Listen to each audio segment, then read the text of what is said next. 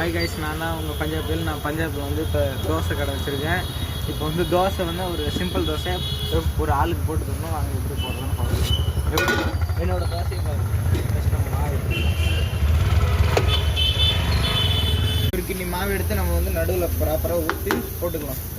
ஒரு ரோஸ்ட் இங்கே வந்து பிளெயின் தோசை அப்படின்னு நாங்கள்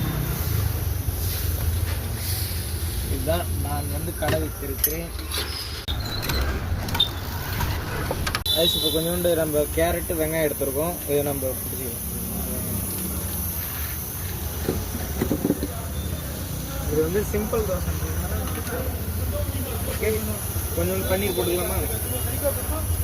கொஞ்சம் லைட்டாக போட்டுக்கலாம். ஏன்னா இது வந்து நாங்கள் மசாலா தோசை தான் போடுறோம். இது வந்து ஒருத்தவங்களுக்கு தெரிஞ்சதுனால தெரிகிறவங்களுக்காக போட்டுருவோம். அப்போ பன்னீர்